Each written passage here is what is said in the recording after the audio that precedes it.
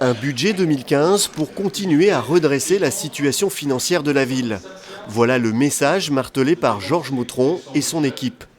Objectif de cette année, continuer d'éponger les 17 millions d'euros de déficit en 2013, évalués par la Chambre régionale des comptes en juillet dernier, sans augmenter les impôts en 2015. C'est un budget courageux parce qu'il faut que nous trouvions tous les remèdes pour tuer la maladie qu'on nous a inoculée il y a quelques années maintenant, et surtout en 2013. Et donc, on y a participé à cette vaccination l'année dernière, on termine la vaccination cette année. La municipalité reste sur la droite ligne fixée l'année dernière.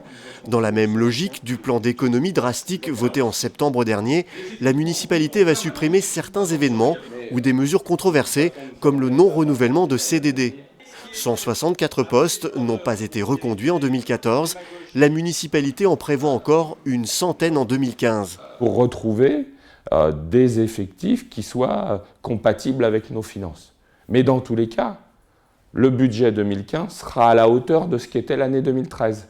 Donc on n'est pas dans une case des services publics comme on peut l'entendre, mais simplement sur une masse salariale à l'identique de ce qu'était la fin de l'année 2013. Côté investissement, là encore, la municipalité dit avoir été contrainte de les revoir à la baisse.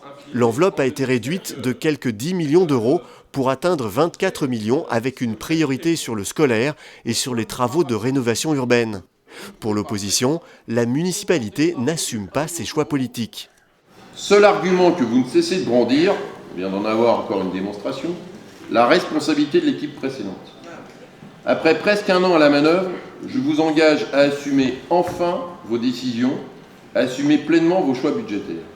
L'ancien maire socialiste dénonce une logique comptable au détriment du service public. La SRC, à aucun moment, ne demande, sur une période aussi courte, un plan aussi brutal. Donc ça, c'est ce qui est insupportable. Que Georges Mautron a envie de mener une politique de droite, c'est sa liberté, mais qu'il l'assume. Voilà. Il fait comme François Fillon, il dit « moi, je suis pour la suppression d'un certain nombre de services publics ». Il l'assume. La Cour régionale des comptes se prononcera à nouveau sur le budget d'Argenteuil. La municipalité l'assure, à la fin de l'année, les 17 millions de déficit de 2013 seront épongés à plus des 3/4. De quoi, elle l'espère, échapper à une mise sous tutelle.